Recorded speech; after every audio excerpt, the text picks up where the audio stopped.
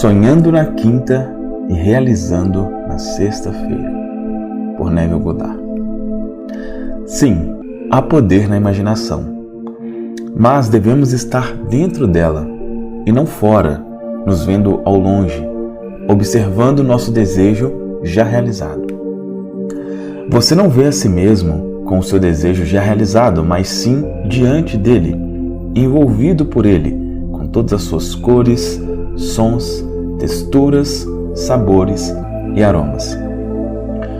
Blake já dizia que não há nada fora que não tenha vindo de dentro.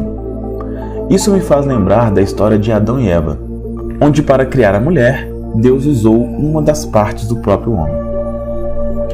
O segredo da criação jaz no segredo da imaginação, pois é da imaginação que surge todo o reino da matéria. Devemos entrar na imagem do desejo realizado, como se entrássemos dentro de nós mesmos e habitássemos sob o útero.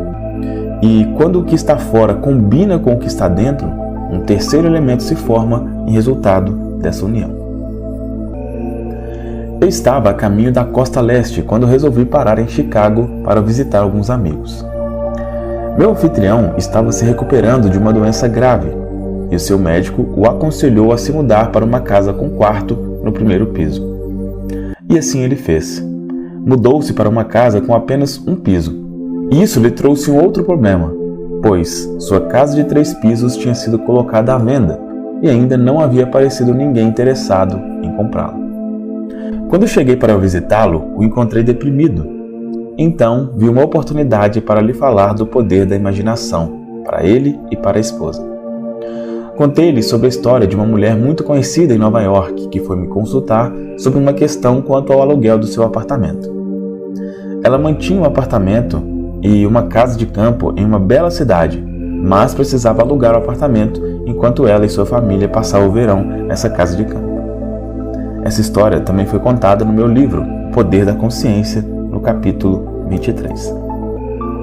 Em anos anteriores, ela conseguiu alugar o apartamento bem antes do verão chegar, já na primavera, mas quando foi me consultar, o verão já tinha começado e nada de aparecer algum interessado em alugar o seu apartamento. Mesmo que ele estivesse sendo oferecido por uma grande imobiliária, continuava vago. Eu disse que se a solução que ela buscava era ver o seu apartamento alugado, deveria ver esse resultado em sua imaginação. Em menos de 24 horas depois, ela me ligou para avisar que havia aparecido alguém interessado em alugar o seu apartamento. Expliquei ao casal que estava me recebendo em sua casa como essa senhora havia conseguido materializar essa assunção.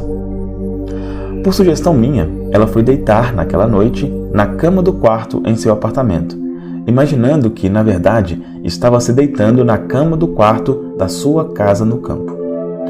Trocava tudo o que via ao seu redor pela imagem que estaria vendo se estivesse de fato no lugar que queria estar, sentindo o ar fresco do campo e tudo mais que fosse peculiar àquele lugar.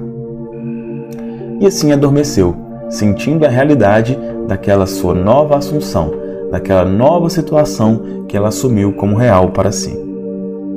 E não demorou para que isso se tornasse de fato uma realidade. Foi preciso apenas uma noite para sua assunção assumir forma no mundo de César, no mundo da matéria. Ela fez essa meditação antes de dormir pela primeira vez e única vez numa quinta-feira, e já na sexta-feira recebeu o telefonema da imobiliária, dizendo que tinha alugado seu apartamento a um senhor distinto, o qual possuía todos os requisitos estabelecidos para ela ocupar o seu imóvel. Sugeri ao casal de amigos que fizesse o mesmo que essa mulher, que fossem dormir imaginando que já estavam na sua nova morada, pois já tinham vendido a sua atual, no caso, antiga casa. Eles não podiam se ver na nova casa à distância, mas como se tudo já estivesse ao redor deles. E por entrar na imagem, essa se faria presente em seu mundo material, pois o que vem para esse mundo físico depende do que observamos no mundo imaterial de nossa imaginação.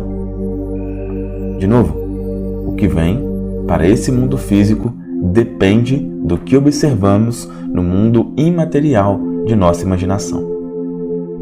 O homem é todo imaginação e deve estar onde a sua imaginação está. Você já deve ter me ouvido falar isso. O casal não aceitava bem esse conselho, mas garantia a eles que, se assim fizessem, comprovariam para si mesmo os efeitos. Fui embora da casa deles naquele mesmo dia e, na noite do dia seguinte, recebi um telegrama deles me dizendo: a casa foi vendida. Uma semana mais tarde, recebi uma carta deles contando que, no dia que parti, já colocaram em prática a assunção de dormir como se já estivessem em seu novo lar. Só após ser imaginado é que o evento pode, de fato, acontecer no mundo dito real. Usei a palavra dito real porque o mundo da matéria não é mais real do que o mundo da imaginação. Na história que vou contar a seguir, veremos como a senhora MF mudou o foco de sua imaginação para entrar fisicamente no mundo que havia imaginado. Ela e seu marido, logo após se casarem, decidiram que queriam viver por um ano na Europa. Parece um objetivo até fácil de ser realizado, mas não para eles, que tinham poucas condições financeiras na época. Ir para a Europa era como ir para outro planeta naquela atual concepção deles, mas eles tinham participado de minhas palestras e a senhora MF decidiu que dormiria, a partir daquele dia, em uma cama de algum lugar na Inglaterra, pelo menos em sua imaginação. Mas por que Inglaterra? Porque ela havia visto uma imagem na TV do Palácio de Buckingham e tinha se apaixonado por aquela visão. Ela chegou a imaginar de pé, em silêncio, frente àqueles portões altos do palácio, agarrando as grades do portão com tanta entrega que chegava a sentir a textura áspera do metal frio. Por muitas noites sentiu-se feliz por estar na Inglaterra, em sua imaginação, e adormecia com esse sentimento. Tempos depois, o marido dela conheceu um europeu que foi determinante para que ele conseguisse uma bolsa de estudos numa grande universidade da Europa. Então, MF e seu marido iriam de fato viver na Europa, como tinham desejado e como ela havia assumido ao adormecer. Cabe aqui repetir aquela frase já tão repetida, mas de fundamental importância. O homem é todo imaginação e deve estar onde a sua imaginação está. A pedra desprezada por quem queria construir, ela é quem daria suporte para toda a construção. Salmo 118, versículo 22. Esta pedra é a minha, a sua, a nossa imaginação. Essa é a lei da causa e efeito, onde o que se planta é o que se colhe, e o que se imagina é o que se concretiza.